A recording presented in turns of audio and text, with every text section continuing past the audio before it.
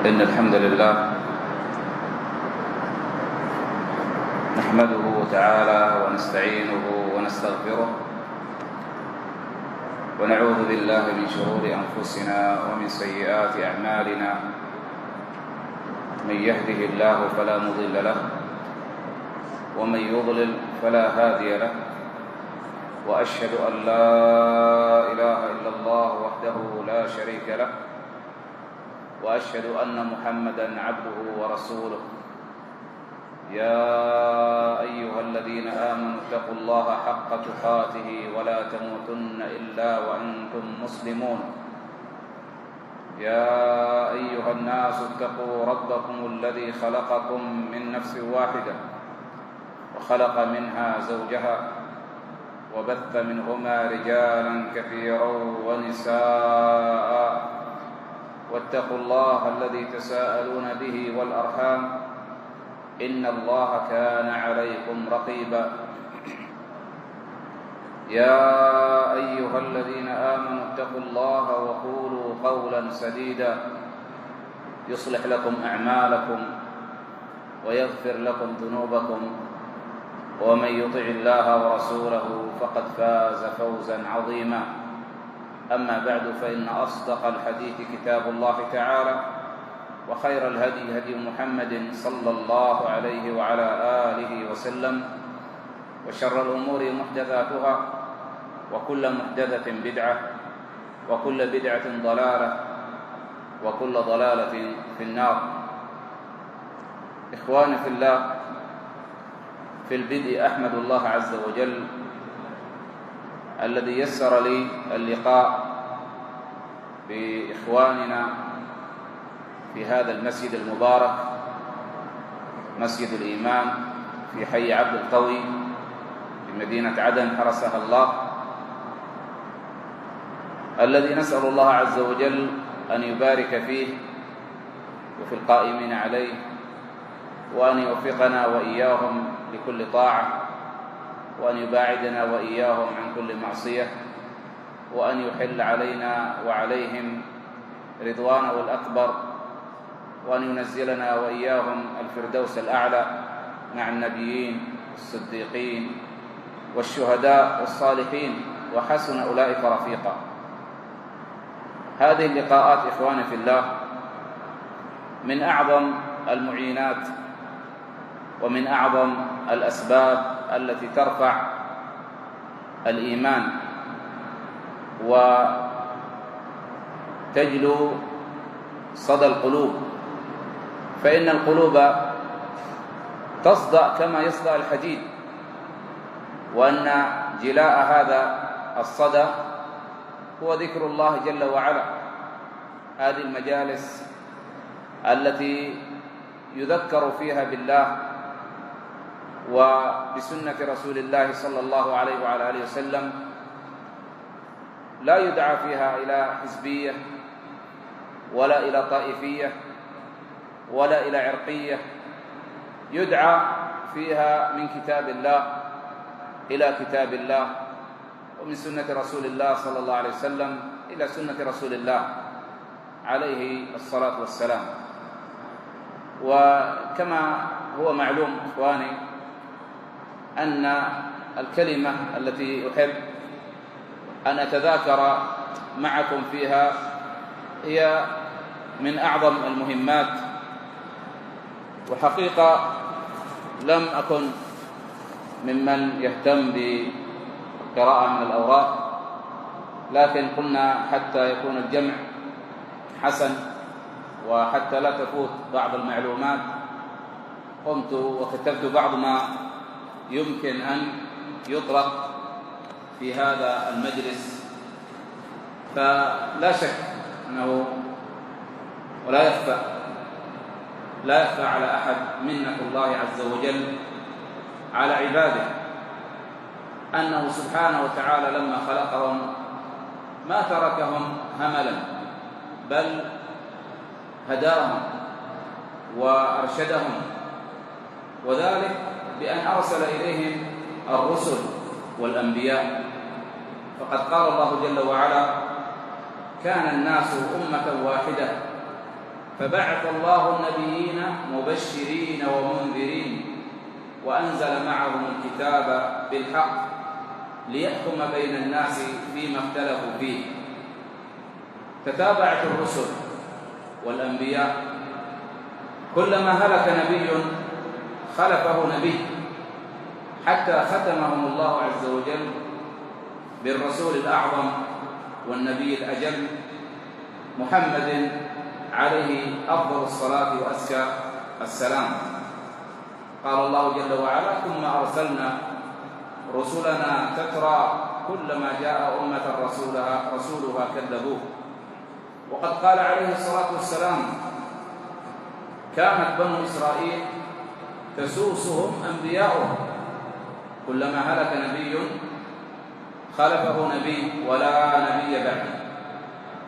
حديث أخرجه الشيخان عن أبي هريرة رضي الله عنه.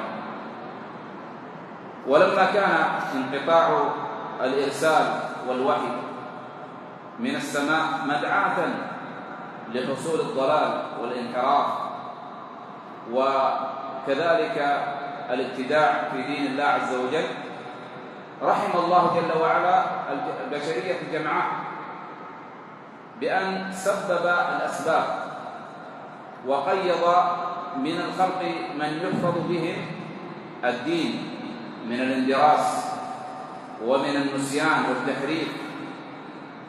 وتقرر هذا بما قرره أهل العلم، بل بما قاله النبي صلى الله عليه وسلم كما جاء وكما ذكر ذلك جمع من أهل العلم منهم الإمام أحمد رحمه الله بقوله: يحمل هذا الدين من كل خلف عدوله ينفون عنه تحريف الغالين وانتحال المبطلين وتأويل الجاهلين. أخرجه ابن ماجه بسند حسن عن أبي عنبة الطولاني رضي الله عنه.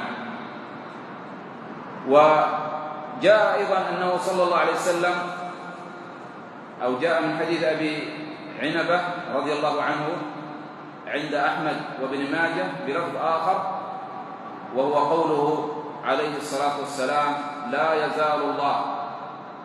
يزال الله يغرس في هذا الدين غرسا يستعملهم في طاعته.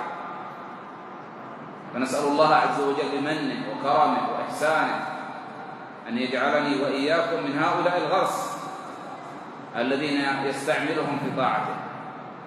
هذه تزكية مباركة من الرسول الأعظم لهؤلاء الثلة الطيبة التي بهم يتقى الضلال والانحراف والابتداع والتحزب والغلو والتفريط والتميع والتشدد.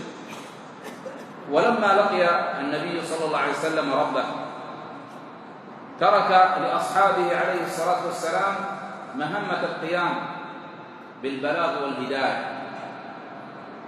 ولذا حث علماء الصحابة الناس على تلقي العلم عن أصحاب النبي عليه الصلاة والسلام، لأنهم أعلم الناس وأتقى الناس في زمانهم. فهذا أبو هريرة رضي الله عنه لما رأى الناس قد انشغلوا في الأسواق عن العلم الحقيقي وتلقيه عن العلماء الربانيين، مر رضي الله عنه بسوق المدينة، فوقف عليهم فقال: يا أهل السوق. أبو هريرة ينادي أهل السوق: يا أهل السوق ما أعجزكم. وهذه الكلمة تقال إذا ما فات الإنسان شيء كان عليه سهلا. إذا فاتك شيء وكان من السهولة بمكان أن تحصل عليه يقال: ما أعجز فلان. فقال: ما أعجزكم؟ قالوا: وما ذاك يا أبا هريرة؟ قال: ذاك ميراث رسول الله صلى الله عليه وعلى آله وسلم يقسم، التجارة ها هنا لا تذهبون فتأخذون نصيبكم. فقالوا: وأين هو؟ قال: في المسجد. قال: فخرجوا سراعا إلى المسجد، ووقف أبو هريرة رضي الله عنه لهم حتى رجعوا، فقال لهم: ما لكم؟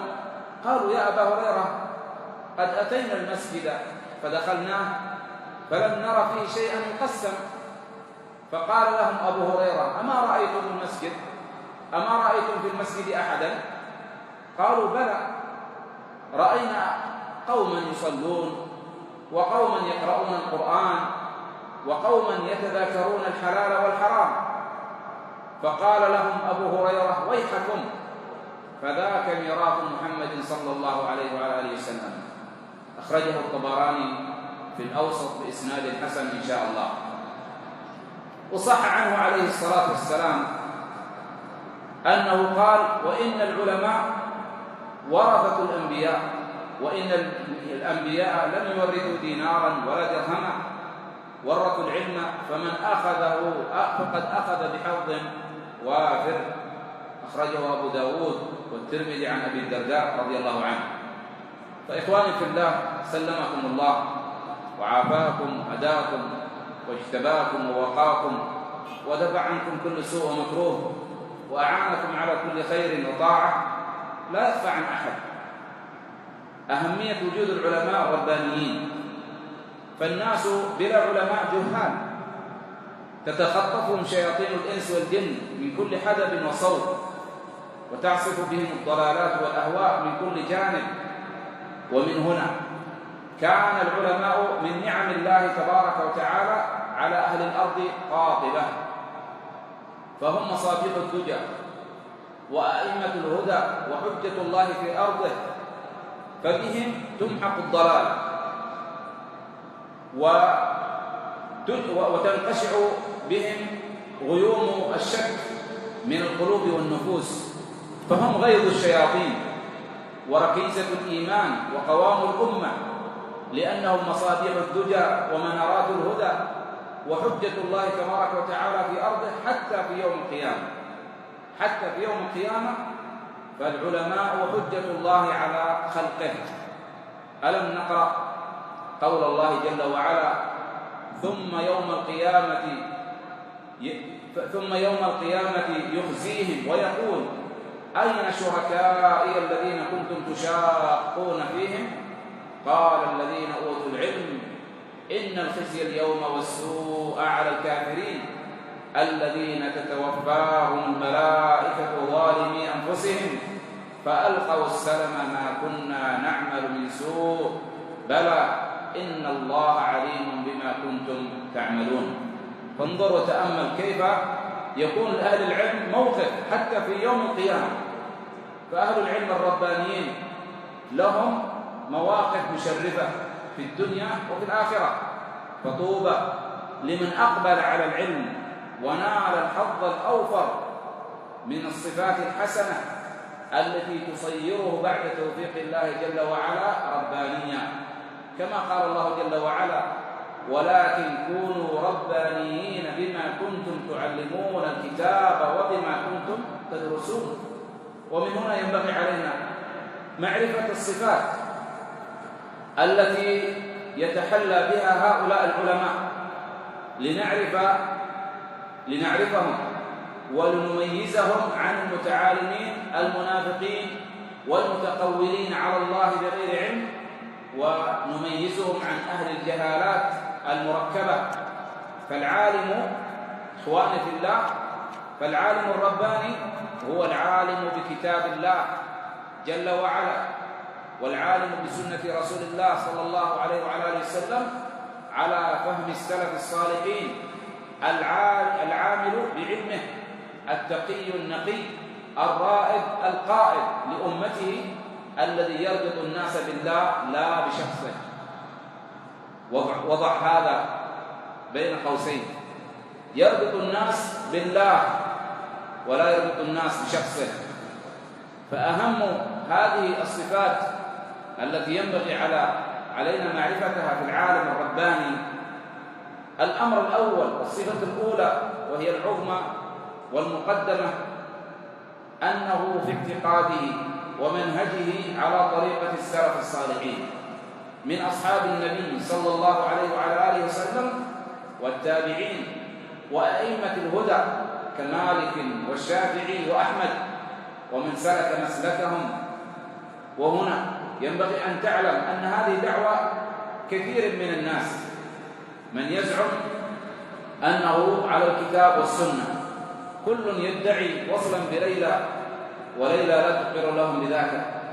فينبغي عليك أن تعلم ما هي الصفة التي تستطيع أن تميزها وتعلم أن هذا الشخص فعلا على الكتاب والسنة أو ليس كذلك. انظر إلى اعتقاده، وانظر إلى منهجه وسلوكه، إذا رأيته متابعا بذلك نهج الأولين من أصحاب النبي عليه الصلاة والسلام، لا يبتكر ولا يخترع ولا يستحسن في الدين، فاعلم أنه إن شاء الله على هذه الصفة.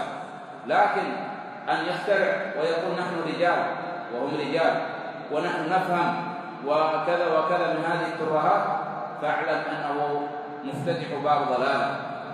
وكان من عظيم ما قاله أحد كبار علماء الصحابة رضي الله تعالى عنه وأرضاه، الذي هو عبد الله بن مسعود رضي الله عنه، لما أنكر على أولئك النفر من أهل الكوفة قال لهم مقالة تكتب بماء العيون، قال لهم: ما أسرع هلكتكم يا أمة محمد، هؤلاء أصحاب نبيكم متوافرون، وهذه آنيته لم تكسر وهذه ثيابه لم تبلى.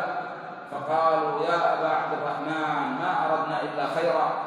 فقال: وكم من مريد للخير لا يدركه. إذن أول خصلة تجدها في هذا العالم الرباني أن اعتقاده اعتقاد السلف، لا يبتكر شيء وإنما يتابع ويطبق بذلك ما قال السلف رضي الله عنهم: اتبعوا ولا تبتدعوا فقد كفيتم. الخصلة الثانية والصفة الثانية أنه يدعو الناس إلى الكتاب والسنة ولا يدعوهم إلى شخصه. وتأمل كما قلت لك أن هذه الخصلة وهي أكثر الأسباب التي سببت الانحرافات في زماننا هذا. الآن تجد في الساحة كم من يدعي أنه على السلفية. تجد أتباع يحيى بن علي الحجوري يزعمون أنهم سلفيون، وأتباع محمد الإمام يزعمون أنهم سلفيون، وأتباع أبي الحسن المأربي يزعمون أنهم سلفيون. وهؤلاء كلهم كما ذكرنا إذا نظرت إلى قضية الاعتقاد العام فإنهم لا يخالفوننا لا في أمر الصفات ولا في أمر المعاد والبعث، ولا يخالفون في أمور الغيب، ولا يخالفوننا في قضايا التوحيد والشرك. وإنما هذه خصلة أن أولئك القوم يدعون الناس إلى أشخاصهم، يعظمون الأشخاص. ولذلك لو تأملت أن السبب الأول الذي سبب الشرك في البشر هو تعظيم الأشخاص، تعظيم الصالحين، كما ذكر ذلك عبد الله بن عباس رضي الله عنه وعن أبيه لما حكى أمر ما وقع في قوم نوح، أن أولئك الخمسة من الصالحين ود وسواع إلى آخرهم لما ماتوا في وقت متقارب، هلكوا جميعا في وقت متقارب، صنع بعض الناس لهم التصاوير وجعلوا يعظمونهم جيلا بعد جيل حتى بلغ بهم الحد إلى أن عبدوا. نعم، إذن تعظيم الصالحين والغلو فيهم أمر مذموم شرعا، فلا ينبغي لك أن تعظم شخصا إلا بما أوجب الله عز وجل عليك أن تعظمه بالطريقة الشرعية، فتعظم العالم ويكبر في عينك وفي قلبك محبة وإجلالا ونحو ذلك، لكن بوجه شرعي. ومن المؤلم أن تجد من هؤلاء الذين يتقفرون العلم أنهم يدعون الناس إلى أشخاصهم، كيف يدعون الناس إلى أشخاصهم؟ تراهم إذا ما قرروا شيئا يغرسون في طلابهم وفي الناشئة أنهم لا يقولون دائما إلا الحق، كما كان يصرح يحيى الحجوري يقول: لا أقول إلا الحق، لا أقول إلا الحق. وهذا باطل. ربما كلنا وليس أحد من بني البشر إلا ويقع في الخطأ ويقع في الزلل ويقع في الخطل، فينبغي عليك ألا تدعو الناس إلى أن يعظموك وإلى أن يجلوك. ومن هذا القبيل ما كان يصنعه هذا الملقب بابن هادي، محمد بن هادي المدخلي، الذي كذلك يدعو الناس إلى ماذا؟ تعظيم شخصه. وهؤلاء كلهم ليسوا على منهج سوي. فالعالم الرباني هو الذي يربط الناس بالكتاب والسنة، لا يربطهم بشخصه. هذا الإمام الجهبذ الفقيه المفسر الشيخ محمد بن صالح العثيمين رحمه الله قدم المقدم كلمة، فقال الشيخ محمد بن صالح العثيمين كذا وكذا، وهو عضو كبار العلماء، قال: حسبك لا تذكر، ما في داعي. قال: أبدا لا تذكر شيئا. فقال: يا شيخ حتى يعلم الناس من أنت. فقال: لا، لكن تجد أن هؤلاء قوم تقال فيهم الأشعار وتقام فيهم الأراجيز ويمدحون بمدح لا ينبغي إلا لله جل وتبارك وتعالى في بعض الأحايين. من آخرهم مقالة قائل يقول: لولا أن الرسول عليه الصلاة والسلام قال لا نبي بعدي لكان يحيى بن علي الحجوري نبيا من الأنبياء. الله أكبر. لولا أن النبي صلى الله عليه وعلى آله وسلم قال لا نبي بعدي لكان يحيى بن علي الحجوري نبيا من الأنبياء. فتأمل كيف يسكت على مثل هذا الأمر. وهكذا تجد أول الضلال والانحراف أن يعظم الشخص وأن يبالغ في الإطراء به، كما قال عليه الصلاة والسلام: لا تطروني كما أطرت النصارى عيسى بن مريم، قولوا عبد الله إنما أنا عبد الله فقولوا عبد الله ورسوله. لا ينبغي عليك أن تبالغ في الثناء ولا في مدح الشخص، كما قال عبد الله بن مسعود رضي الله تعالى عنه وأرضاه: من أراد أن يستن وأن يقتدي فعليه بآثار من قد مات، فإن الحي لا تؤمن عليه الفتنة. لا ينبغي لك أن تدعو الناس إلى تعظيم شخصك، وذلك بأن ما تقرره من الآراء ومن الأمور أنه دائما حق، بل قد يقع في في قولك الباطل، ويسأل الإنسان ربه سبحانه وتعالى التوفيق والسداد فيما يقول ويفعل. كذلك من الخصال والصفات التي يتحلى بها العالم الرباني أنه صاحب صدق وإخلاص وتجرد لله عز وجل. أما الصدق فلا يخفى عن أحد فضله، حتى الكاذب يأنف من أن يقال في حقه كاذب. فالعالم الرباني صاحب صدق، وأول من يصدق معه هو ربه سبحانه. كيف يصدق الإنسان مع ربه؟ أنه لا يتقول على الله ولا يفتئت على دين الله ولا يضع نفسه في غير منزلها التي تنبغي. أيوب بن أبي تميمة السختياني رحمه الله، الإمام الحافظ الثقة الثبت، كان عفى الله عنه وغفر له إذا رؤي ذكر الله. فوق هذا كان يقول: بلينا بالشهرة. كانوا يتخفون بأعمالهم ولا يرغبون أن يعظمهم الناس ولا أن يجيلونهم الإجلال الذي ينبغي. هذا الرجل كان من جلالة أمره أن الناس كانوا إذا رأوا تذكروا الله، يقفون على أقدامهم يقولون لا إله إلا الله.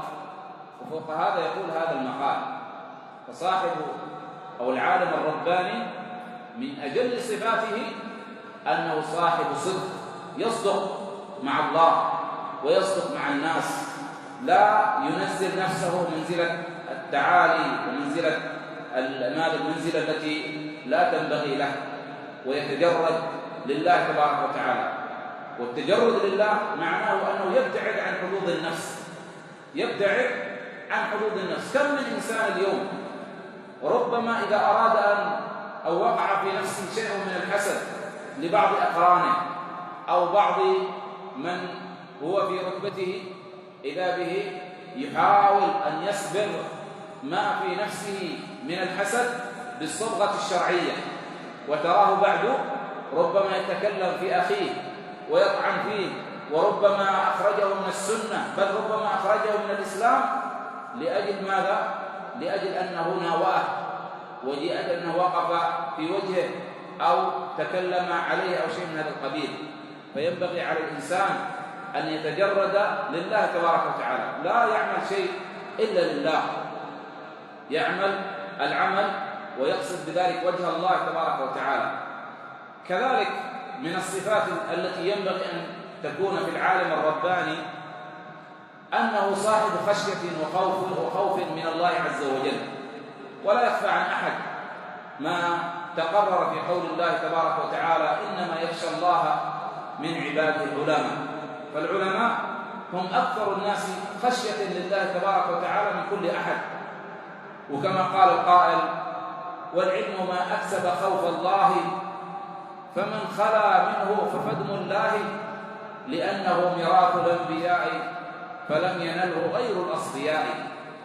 فالخشية والخوف من الله عز وجل من أعظم صفات العالم الرباني، كما قال الربيع بن أنس: من لم يخشى الله فليس بعالم، من لم يخشى الله فليس بعالم. ولذلك تجد أن العلم سيكون وبالا على صاحبه إذا لم يحمله هذا العلم على خشية الله تبارك وتعالى. وصح عن مجاهد بن جبر الإمام المفسر أنه قال: إنما العالم من خشي الله عز وجل. وكذلك نقل عنه قوله: إنما الفقيه من يخاف الله عز وجل. وجاء أيضا كذلك عن عبد الله بن مسعود رضي الله عنه وأرضاه أنه قال: كفى بخشية الله تعالى علما وبالاغترار جهلا. إذن ما أحوج العالم الرباني أن يكون صاحب خشية، يخاف الله عز وجل. لماذا؟ لأن من خشي الله وخاف منه لم يتقول على الله. وإن حصل ما حصل. جاء رجل إلى الإمام مالك بن أنس رحمه الله، وحمل معه جملة من المسائل، وقد جاء من مسافة بعيدة، يسافر من أجل أن يسأل الإمام مالك إمام دار الهجرة، فأجابه عن بعض المسائل. فقال: يا إمام، ما أرجع إلى قوم ما أقول لهم، أين بقية الإجابات؟ فقال له: ارجع إليهم فقل لهم: مالك لا يعلم، الله أعلم، مالك لا يعلم. لم يتقول على الله عز وجل. وهذا من المؤسف أن تجد بعض من أخذ شيئا من العلم يصير عنده نوع من الأنفة أو من الكبر أن يقول الله أعلم. يسأل عن بعض المسائل فتجده سريع الإجابة، يجيب حلال حرام بدعة سنة، وهو لم يتعلم العلم الحقيقي الذي يكسبه خشية الله تبارك وتعالى. والخصلة الخامسة أو الصفة الخامسة التي ينبغي أن تكون في العالم الرباني أنه صاحب حرص على تعليم الناس وإرشادهم، لكن بالتدرج في العلم، يبتدئ بصغار العلم قبل كباره. وهذا معنى أو هذا ما ذكره بعض أهل العلم في قول الله تبارك وتعالى: ولكن كونوا ربانيين بما كنتم تعلمون الكتاب وبما كنتم تدرسون. فالعالم يحتاج إلى العلم، قال مالك بن أنس رحمه الله: لا ينبغي لأحد أن يكون عنده علم ثم يترك التعلم. لا يزال الإنسان يجهل. ولذلك جاء عن بعض السلف قولهم: إن العلم ثلاثة أشبار، من هذا الشبر الأول حصل عنده كبر حتى لا يرى أن أحدا مثله. هؤلاء الذين ينظرون إلى أنهم صاروا شيئا في الإسلام كأنه عظيم، ولذلك تراه يتعالى على الناس، يرى نفسه شيخ الإسلام، ويرى نفسه الفاهم الذي لا يجارى ولا يشق له غبار. قال: ومن هذا الشبر الثاني حصل عنده التواضع، ينظر إلى الناس بعين التواضع، وأنه ليس أكرم منهم عند الله عز وجل. وهكذا من حاز الشبر الثالث قال: علم أن ما يجهله أكثر مما يعلمه. وقد ذكر في ترجمة الإمام عبد الله بن المبارك الإمام الحافظ شيخ المشايخ، شيخ الشافعي وشيخ السفيانين وشيخ ابن المنكدر، كان عالما ربانيا، يقول: لولا 5 ما اقتجرت. وكان تاجرا ينفق من ماله على طلاب العلم، كان لا يسمع بطالب علم إلا ويحاول جاهدا أن يلقاه، فلما لقيه فإذا به قد أظهر التعالم، أظهر أنه لا يحتاج إلى العلم، فولى تركه. عبد الله بن المبارك تركه، فلما تركه قيل له: هذا ابن المبارك. فلما علم أنه أخطأ أسرع وأمسك بيد الشيخ وقال: يا شيخ اعذرني وعظني. قال: أما أني أعذرك فقد عذرتك، أما أني أعظك فلا تنظرن إلى أحد من عباد الله إلا وتظن أنه أكرم عند الله منك، فمن أحس أنه لا يحتاج إلى أن يتعلم فهذا لا يكون ربانيا. فالعالم يحتاج إلى العلم، ولسنا كالمتصوفة الذين يزعمون أن علمهم لدني، فإذا وصل أحدهم إلى اليقين لم يحتاج بعد ذلك إلى شيء، لا إلى العلم ولا إلى شيء من العبادة. وأما العالم الرباني فحاله كما قال عبد الله بن عباس رضي الله عنه وأرضاه أو عنه عن أبيه، قال: من هما لا ينقضي نهمتهما، طالب علم وطالب دنيا. طالب العلم يبقى يطلب العلم، كلما طلب العلم كلما شعر بلذته وشعر بحلاوته، وصار كالذي يلعق العسل لا يستطيع أن ينكف عنه. وطالب الدنيا. وسئل ابن عيينة سفيان رحمه الله: من أحوج الناس لطلب العلم؟ الآن لو سألت هذا السؤال لأحد الناس سيقول: الذي يحتاج إلى العلم. من هو الذي يحتاج إلى العلم؟ قال: أعلمهم، يعني الذي يحتاج، أكثر واحد يحتاج إلى العلم هو أعلم الناس. فقيل: لما؟ قال: لأن الخطأ منه أقبح. وهكذا الخطأ منه أقبح، فالناس ينظرون إلى صاحب العلم وينظرون إلى المستقيم كأنه ملك، إذا أخطأ معنى ذلك أنه أخطأ الملك، ربما لا يعاملونه كما يعاملون عامة الناس. لما؟ لأن هذا الأمر عظيم، وهذا في القرآن ما يصدقه: يا نساء النبي لستن كأحد من النساء إن اتقيتن فلا تخضعن بالقول فيطمع الذي في قلبه مرض. الشاهد: يا نساء النبي لستن كأحد من النساء. لما؟ لأنهن زوجات محمد صلى الله عليه وسلم.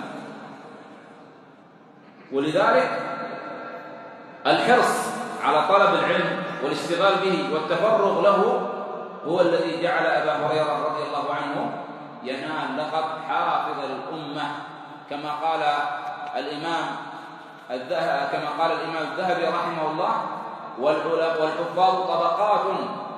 والحفاظ طبقات ذروتهم أبو هريرة. أيضا كذلك من الخصال والصفات التي ينبغي على العالم الرباني أن يتصف بها الرسوخ في العلم. وعلامة الرسوخ، كيف تستطيع أن تميز أن هذا العالم راسخ أو لا؟ علامة الرسوخ أن قواعده التي يدرج عليها في العلم مضطردة وتتبع الدليل. ومعنى مضطردة أي أنه لا يتلون في دينه، لا اليوم مع حزب كذا وغدا مع حزب كذا وغدا مع طائفة فلانية وغدا. ليس هذا العالم الرباني كحال السياسيين.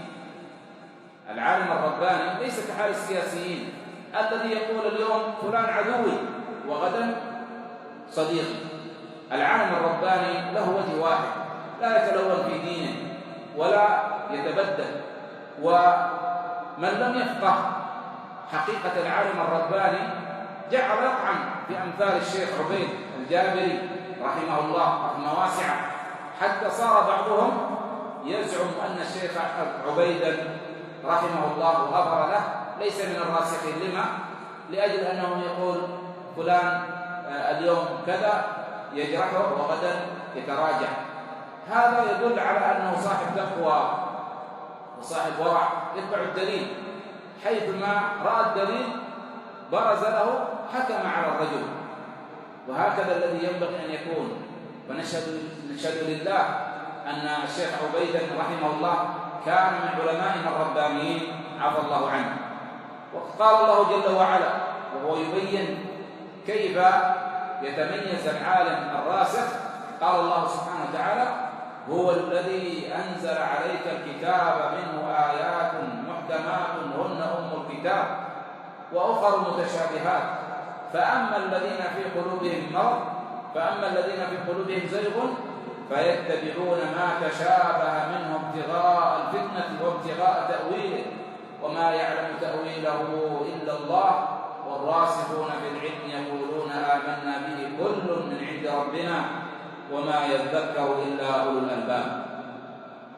وقد روى الإمام أحمد عن أمنا الطاهرة المطهرة عائشة رضي الله تعالى عنها وأرضاها أن الرسول عليه الصلاة والسلام قرأ هذه الآية: هو الذي أنزل عليك الكتاب منه آيات. قال: فإذا علق الرسول عليه الصلاة والسلام على هذه الآية بقوله: قال: فإذا رأيتم الذين يجادلون فهم الذين عنى الله فاحذروهم. جاء في لفظ: فأولئك الذين سمى الله فاحذروهم. إذن من علامة العالم الرباني أنه صاحب رسوخ. وقلنا كيف تستطيع أن تميز الراسخ؟ أن القواعد التي يدرج عليها مضطردة، أي واحدة. ما هو اليوم عنده ضابط البدعة كذا وغدا اليوم صاحبنا مبتدع وغدا لا من أهل السنة، ويتقلب ويتلون في دينه بغير قواعد علمية معروفة ومقررة عند السلف رضي الله عنهم. كذلك من الصفات التي يتحلى بها العالم الرباني أنه رجل يخالط الناس، ليس صاحب كبر وليس من المتميزين عنهم، يصبر على تعليمهم وإرشادهم ويصبر على ما يصدر منهم من الإساءة، لأن منهم الجاهل ومنهم الغضوب. وقد ضرب لنا محمد صلى الله عليه وسلم أروع الأمثلة في ذلك، وكلنا قد وقف ولا شك على تلك القصة. ذلك الأعرابي الذي أخذ برداء النبي صلى الله عليه وسلم فجذبه إليه حتى احمرت عنق الرسول عليه الصلاة والسلام من شدة الجبذة، فقال: يا محمد أعطني من مال الله فإنه ليس من مالك ولا مال أبيك. فهم أصحاب الرسول عليه الصلاة والسلام أن يفعلوا بالأفاعل هكذا وهو أعرابي، فتبسم النبي عليه الصلاة والسلام وقال له أعطوه من مال الله. قال فأعطاه غنما بين جبلين، فجعل يتعجب من فعل الرسول عليه الصلاة والسلام، فرجع إلى قومه قائلا يا قوم أسلموا فإن محمدا صلى الله عليه وعلى آله وسلم يعطي عطاء من لا يخاف فقرا. هكذا يكون الصبر على العامة، أنك تصبر على العامة، لا تكون عندك نوع من الأنفة. يأتيك العام يريد يسأل سؤال، فتجد العالم الرباني يلين له القول ويكون له ماذا يخفض له الجناح. وقد قال عليه الصلاة والسلام المؤمن الذي يخالط الناس ويصبر على أذاهم أفضل من المؤمن الذي لا يخالط الناس ولا يصبر على أذاهم. وهكذا أيضا من الصفات التي هي صفات الرباني، العالم الرباني، أنه صاحب تواضع ولين جانب، وهذه كذلك من أهم سمات العالم الرباني، التواضع ولين الجانب.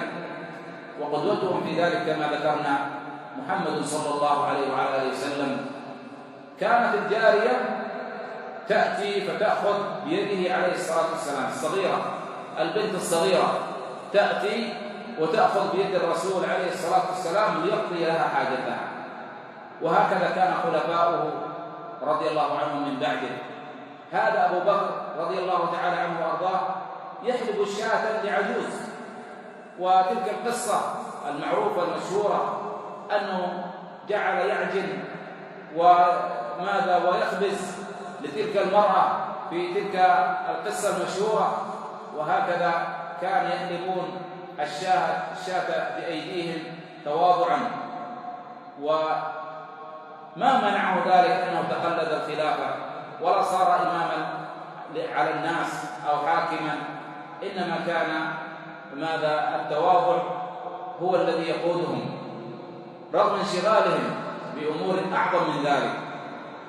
فمن تواضع لله تبارك وتعالى رفعه الله، ومن تعالى على الناس أذله الله وكسر أنفه وخفضه. بل أمر الله عز وجل نبيه محمدا صلى الله عليه وسلم بأن يخفض جناحه لمن اتبعه من المؤمنين، فقال ربنا سبحانه واخفض جناحك لمن اتبعك من المؤمنين.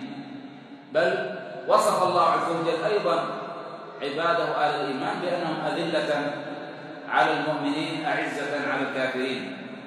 وقد جاء أيضا كما في صحيح مسلم أن الرسول عليه الصلاة والسلام قال إن الله أوحى إلي أن تواضعوا حتى لا يفخر أحد على أحد ولا يبغي أحد على أحد.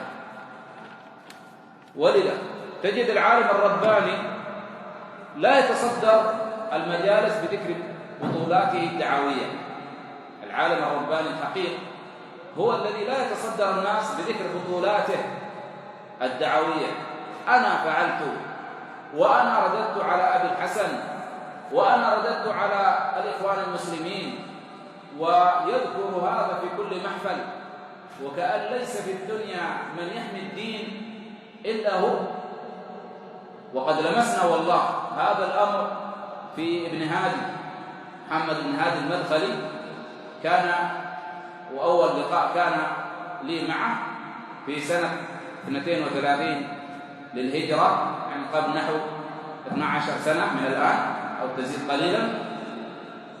جعل يكثر من ألفاظ التعظيم لشخصه ويضرب بيده صدره، وأنا ابن هادي وأنا ابن هادي، ليعلم أني حافظ.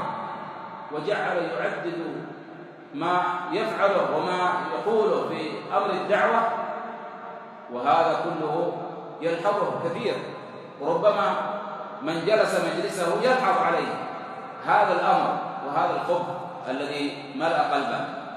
فالعالم الرباني هو الذي يكون عنده تواضع لله. انظروا إلى محمد صلى الله عليه وسلم يوم أن كسر الله عز وجل الشرك وأذل الله عز وجل الشرك، دخل مكة مطأطئ الرأس، يدخل الرسول صلى الله عليه وسلم فاتحا مكة عنوة بالقوة منتصر.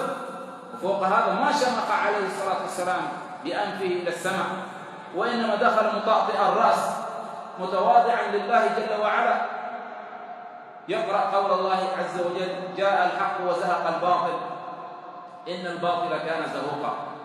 فليتواضع الإنسان، ولا داعي أن الإنسان يذكر هذا الأمر عن نفسه: وأنا فعلت وأنا فعلت وأنا كذا وأنا كذا. فالعالم الرباني لا يمجد نفسه ولا يمدح نفسه ولا يرضى أصلا أن يمجده الإنسان. انظروا إلى أئمتنا ابن باز وابن عثيمين وأضرابهم، وهكذا الألباني رحمة الله عليهم جميعا، ضربوا لنا أمثلة في التواضع لله عز وجل. وهكذا أيضا من الصفات الجميلة الحسنة، إذا جاء الأذان تخبرنا، من الصفات الجميلة الحسنة التي ينبغي علينا معرفتها في العالم الرباني الإنصاف والرجوع إلى الحق. فينبغي للعالم الرباني أن يكون رجاعا إلى الحق. كلنا يخطئ، كل ابن آدم خطاء، وخير الخطائين التوابون. فإذا تبين له الحق فلا ينبغي له أن يستكبر وأن يستنكف عن قبول الحق، ولو جاءه من فاجر أو جاءه من كافر، كما قال معاذ رضي الله عنه. انظروا إلى نبينا محمد صلى الله عليه وسلم، يأتي يهودي فيقول: ما أعظم ما أنتم عليه إلا أنكم تنددون وتشركون. فقال: وما ذاكم؟ قالوا: تقولون والكعبة، وتقولون ما شاء محمد أو ما شاء الله وشاء محمد. فأمرهم الرسول عليه الصلاة والسلام أن يحلفوا بالله بعد ذلك، وهذا كانت النصيحة من يهودي. فيقبل الإنسان.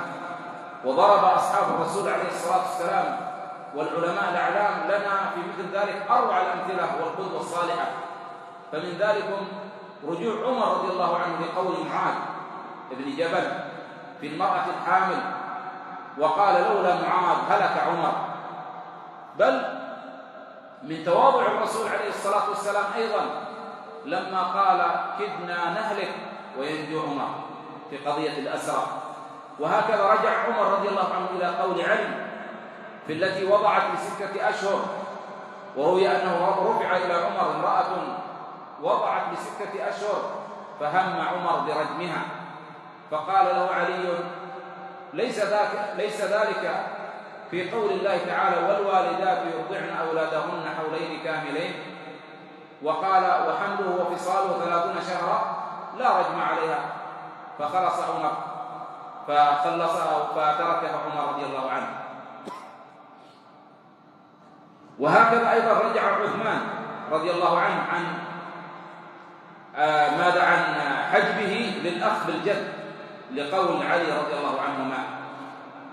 وهكذا رجع القاضي أبو يوسف إلى قول مالك في المكاييل وزكاة الخضر والبقول وفي صيغة الأذان، وقال: لقد رجعت يا أبا عبد الله إلى قوله: ولو سمع صاحبي ما سمعت لرجع كما رجعت، يقصد أبا حنيفة.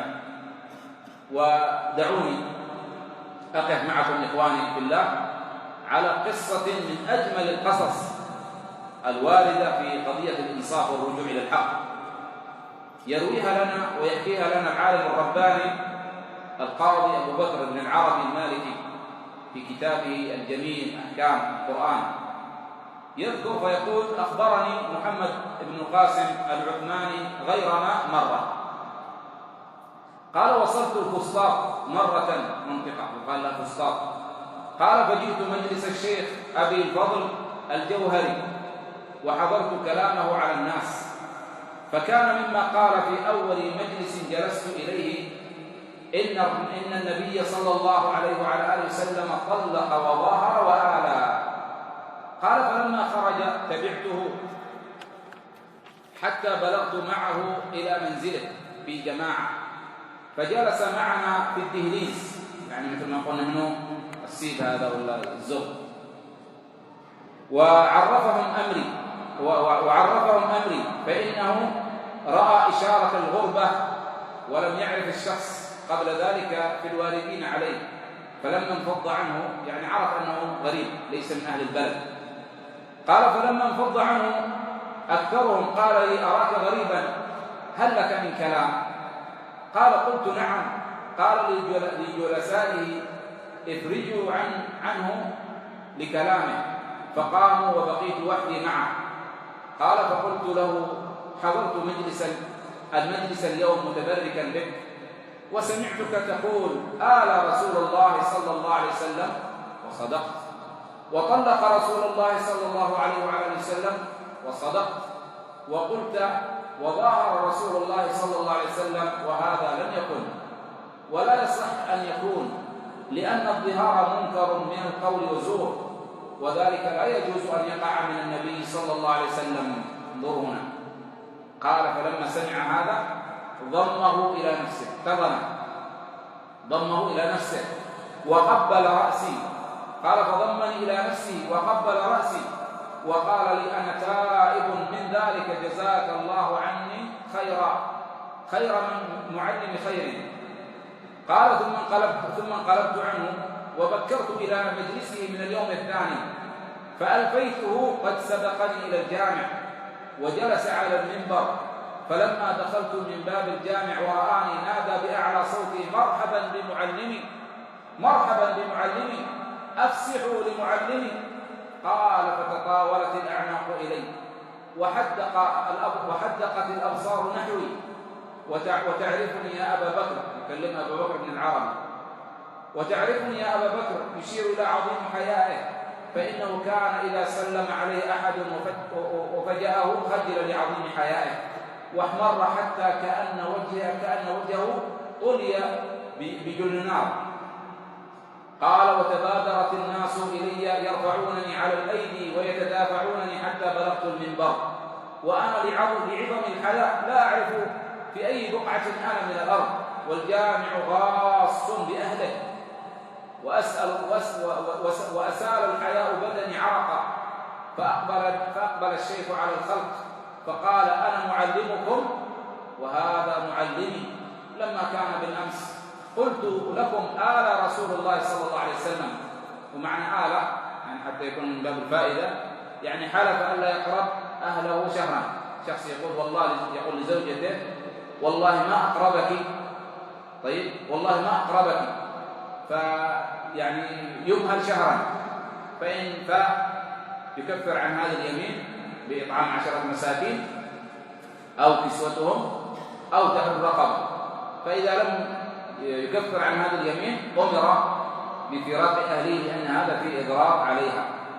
فالرسول صلى الله عليه وسلم حلف ألا يقرب نساءه ثم كفر عن تلك اليمين. فقال قلت لكم آل رسول الله صلى الله عليه وعلى آله وسلم وطلق وظاهر، فما كان أحد منكم فقه عني ولا رد علي، فأتبعني هذا إلى منزلي وقال لي كذا وكذا، وأعاد ما جرى بيني وبينه، وأنا تائب عن قولي بالأمس وراجع عنه إلى الحق، فمن سمعه ممن حضر فلا يعول عليه، ومن غاب فليبلغه من حضر، فجزاه الله خيرا، وجعل يحفل في الدعاء والخلق يؤمنون. فانظروا رحمكم الله إلى هذا الدين المتين والاعتراف بالعلم لأهله على رؤوس الملأ، من رجل ظهرت رياسته واشتهرت نفاسته لغريب مجهول عين لا يعرف من أين لا من هو ولا من أين أتى، فاقتدوا به ترشدوا. أما اليوم فحدث عن الحسد وعن البغض الشديد والعداوة التي تصدر لمن نصح أو أظهر له التخطئة. أفهمتم يا صعافقة؟ هكذا. فأين تجد مثل هذا الخلق؟ أين تجد مثل هذا الخلق اليوم إلا عند من رحم الله تبارك وتعالى. والخصلة العاشرة التي ينبغي أن تتوفر في العالم الرباني أنه صاحب نصح لله ولكتابه ولرسوله ولأئمة المسلمين وعامتهم، عاملا بما جاء في حديث الذي أخرجه الإمام مسلم عن تميم الداري رضي الله عنه وأرضاه أن الرسول عليه الصلاة والسلام قال: الدين النصيحة.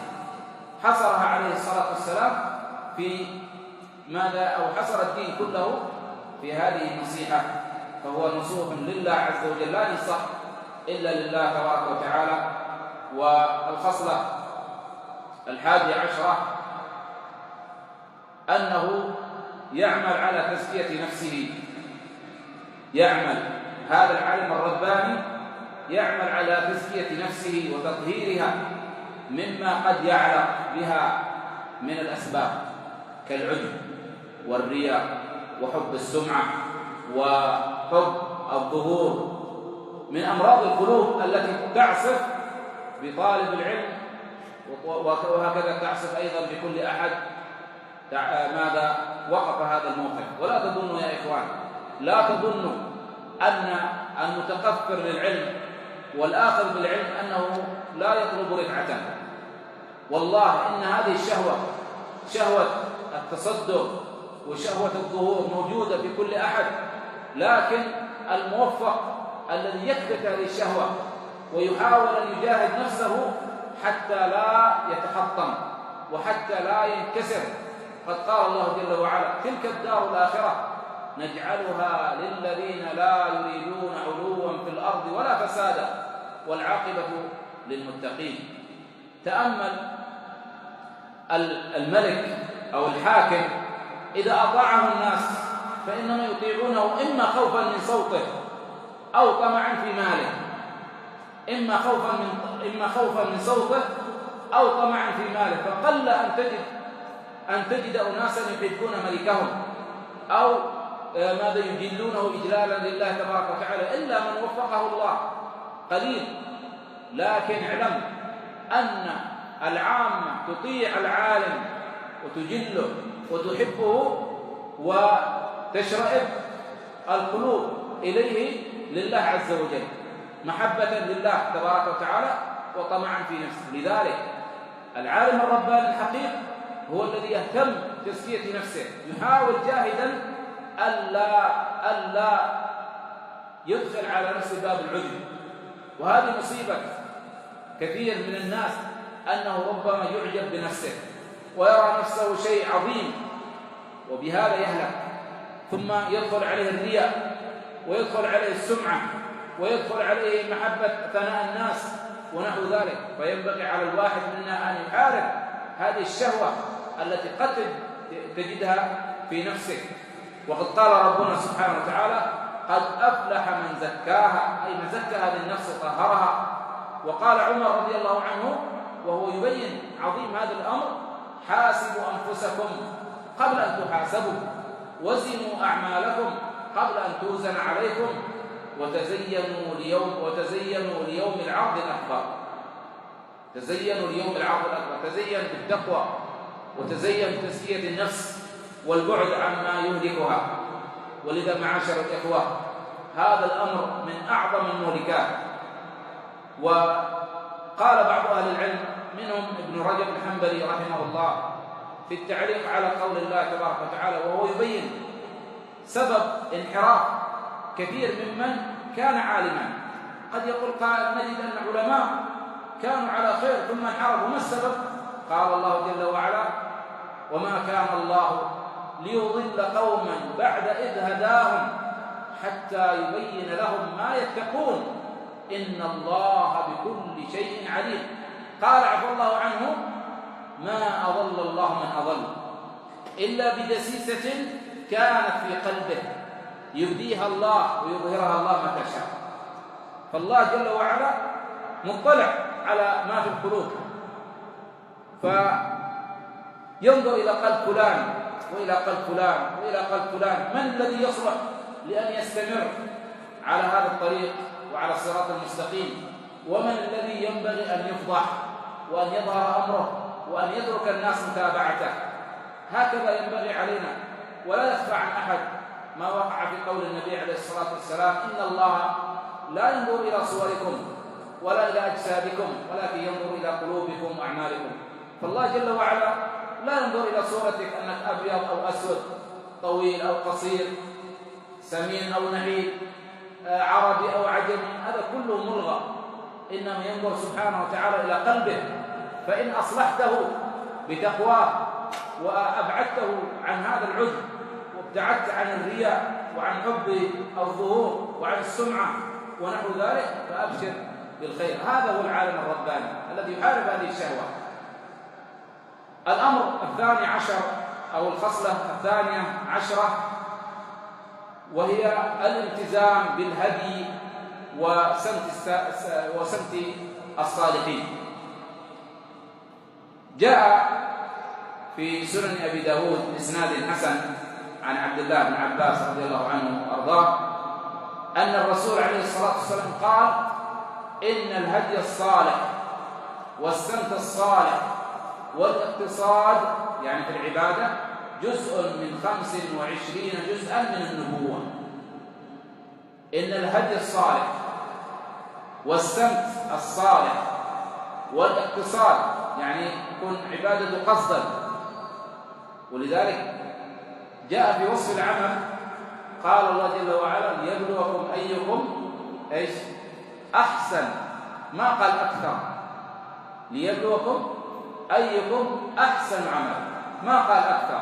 ولذلك ما أجمل أن يقتصد الإنسان في العبادة مع تحسينها، يسبقها بالصبغة السنية ويتقفى ويقتدي بأفعال الرسول عليه الصلاة والسلام فيما يقول ويدع.